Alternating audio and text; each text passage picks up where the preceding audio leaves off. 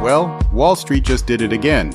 The Standard & Poor's 500 closed above 6,400 for the first time ever. Yeah, that's a fresh record. And it happened on a day when stocks across the board were rallying. Hey everyone, it's Wednesday morning, August 13th, and welcome back to Capital Markets Quickie.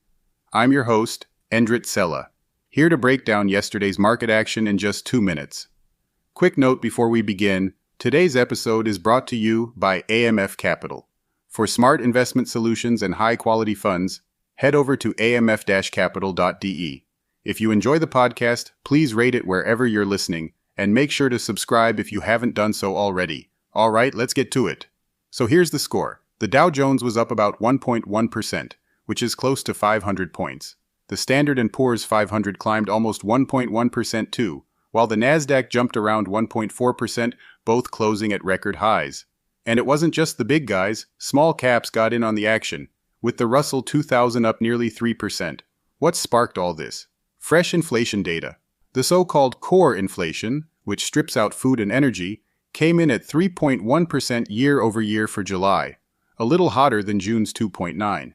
Experts say goods prices are picking back up and not being offset by cheaper services anymore. The headline consumer price index still held at 2.7%, which was softer than economists expected. That was enough for traders to pile on bets that the Fed will cut rates in September. 94% are now calling it. Meanwhile, this was the first big data drop from the Bureau of Labor Statistics since President Trump fired the commissioner earlier this month. Late Monday, Trump nominated E.J. Antoni from the Heritage Foundation to take the role.